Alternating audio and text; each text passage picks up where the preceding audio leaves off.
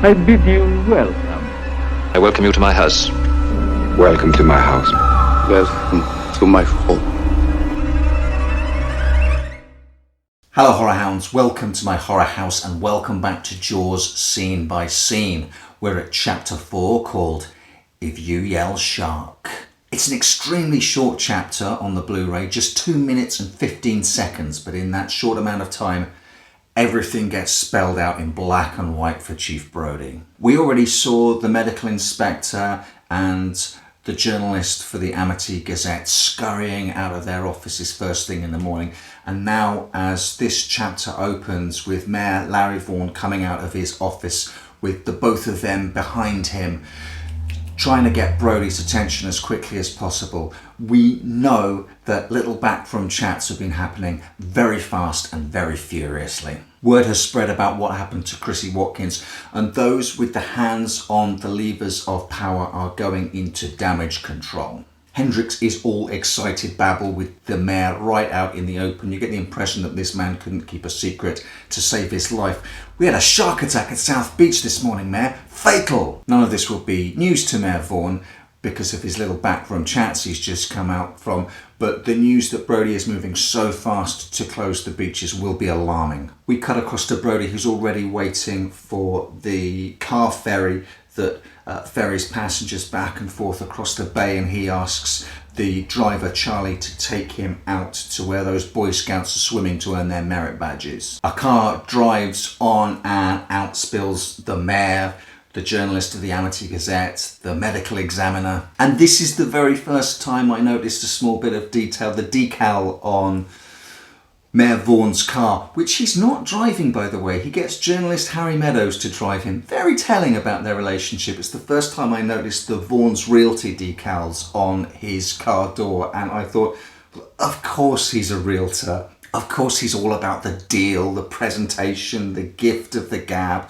closing that deal. And what happens next on this short car ferry ride is that everything that had been previously nebulous is now spelled out to Brody and made all too solid and real. We're really a little anxious that you're rushing into something serious here. It's your first summer, you know. Amity is a summer town. We need summer dollars. If people can't swim here, they'll be glad to swim at the beaches at Cape Cod, the Hamptons, Long Island. And then the medical inspector changes his probable cause of death to a boat propeller, a boating accident. And Brody's naturally, this isn't what you told me on the phone this very morning. I was wrong. We'll have to amend our reports. And you'll stand by that? I'll stand by that. Politics, ladies and gentlemen. Politics has entered the fray. We've become all too used on a national level to spin and to appearance, and also to basically boldly lying to the public to save face and keep yourself in a job and in power. It's amazing how 35 years after it has first smashed into our consciousness, Jaws' meditation on the politics of a small town coastal island seem to still scream on a national level writ large about some of the concerns that are still making our front pages today. Then Larry goes into full-on salesman mode in a fantastic monologue. Dialogue which just jumps off the page, just sings in the mouths of all of these actors. Such quotable dialogue all the way throughout this movie. I don't think you appreciate the gut reaction people have to these things. Martin, it's all psychological. You yell barracuda, everyone says, huh? What? You yell shark, and we've got a panic on our hands on the 4th of July. Whoever picked that grey blazer festooned with little anchor signs really did a phenomenal costuming job in illustrating exactly who this guy is. And I don't think that Larry Vaughn is necessarily a bad guy in Jaws. Sure, he's a little bit of a used car salesman. Sure, he's looking out for his own interests, his own profit margin. But I genuinely think he's also looking out for...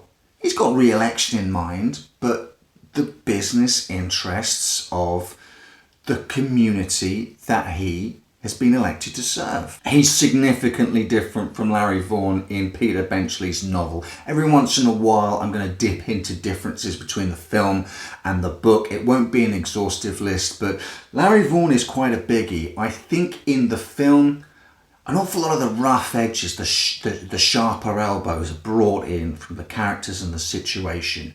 I don't think Larry Vaughn in the movie is a bad guy, but Larry Vaughn in the novel is under huge pressure from the mafia to keep the beaches open because they've invested a lot in Amity real estate and they don't want to lose money on their investments. Journalist Harry Meadows has more to do in the novel than he does in the film, but we'll be talking about Harry Meadows, played by Carl Gottlieb, who co-scripted Jaws, in a couple of chapters' time. But there you have it, all of the pressures and forces that we were talking about in early chapters swirling around him, which will all come to a point in this scene that lasts 2 minutes and 15 seconds. This short little ferry ride that lasts even less time than that. And the scene ends with the ferry getting to the other side and Larry shouts out to Charlie, "It's okay now, you can take us back." Brody was calling the shots on the way out, take us out to the Boy Scouts.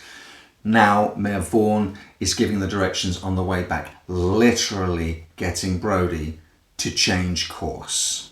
And like that, with a phenomenal little speech from the mayor, the scene is over and we are barreling into a key scene in the film, a key chapter. So much to talk about in chapter 5, Blood on the Beach.